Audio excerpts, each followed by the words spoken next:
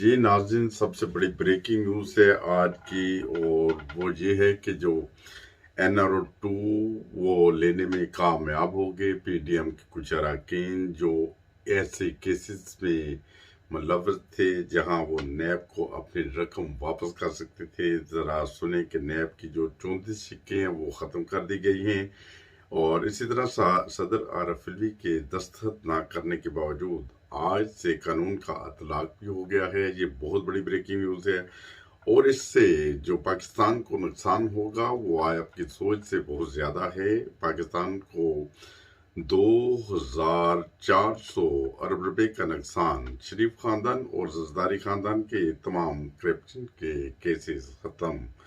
नैब के पर काट के नैब के पर कट के इन्ना लिल्लाहि व इन्ना इलैहि राजिऊन। मौजां लग गईयां, चोरां दियां, खाओ पियो मजे लो ते निकल जाओ।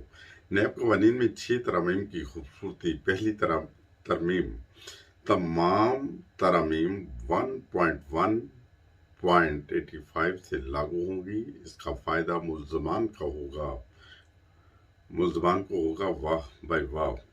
दूसरी तरमीम, अहले खाना के असासे मुल्ज़म के असासे तस्वर नहीं होंगे, यानी जैसा कि पहले मकसूद चपड़ासी के नाम किया गया था, अब चपड़ासी भी ढूंढने की ज़रूरत नहीं, बल्कि अहले खाना के नाम असासे लगवाएं और वो अपना माल बनाएं।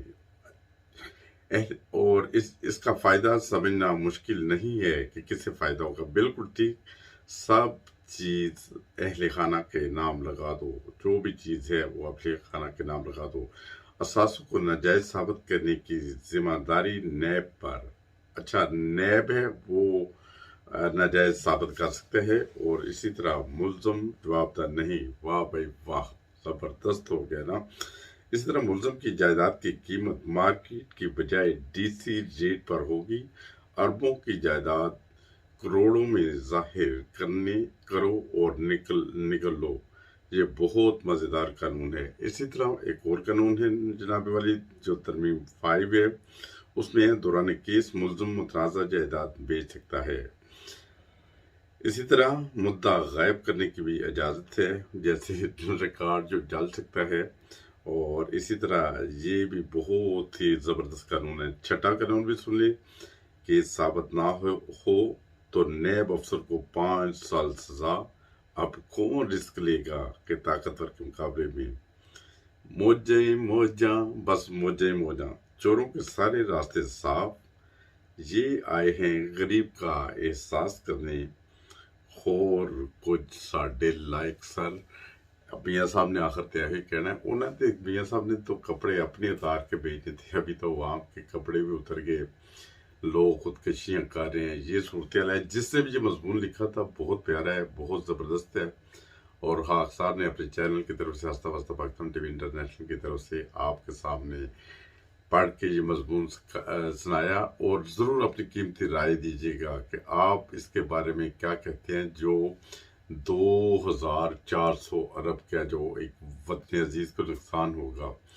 और बाकी अभी इलेक्शन भी आ रहे हैं, ज़िमनी इलेक्शन अभी कल परसों हैं, उसके ऊपर भी आपने जाना है। सोच समझ के देखें। ये बिजली जो भी फ्री यूनिट मिलने का ऐलान हुआ है, बोल जाए ये यार, जो पैसों से नहीं दे रहे वो फ्री कैसे देंगे। सोचें। अब जो नबी करीम सल्लल्लाहु अलैहि वसल्लम ने फरमाया था कि जो एक मोमिन है ना, वो एक सुराख से 2 दफ़ा नहीं डसा जाता।